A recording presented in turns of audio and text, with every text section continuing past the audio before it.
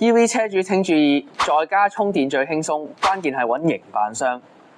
大多數嘅車主都同意，其實喺屋企充電咧就最輕鬆嘅，冇理由咧就成日喺出面周圍揾充電樁，同人爭同人逼，就好似你電話充電咁樣。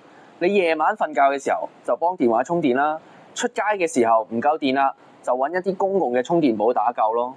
不過大多數屋苑咧都遇到好大嘅挑戰嘅喎。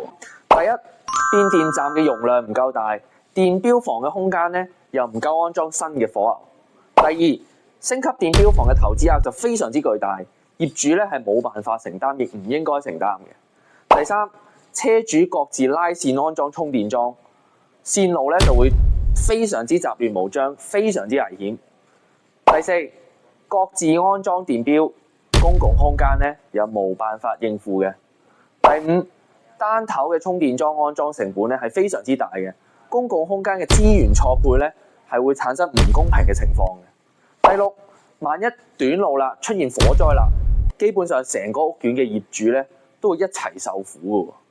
光電動能作為屋苑嘅專屬營辦商，為所有車主統一管理充電系統。第一，我哋提供一站式嘅能源管理系統服務。第二，我哋會進行能源效益評估。第三，我哋會設計同埋安裝充電系統。第四，我哋會為屋苑提供細緻嘅維護保養服務。我哋幫大家統一買保險，統一做基建設施，將個成本攤分，達到成本最優化，效益最大化。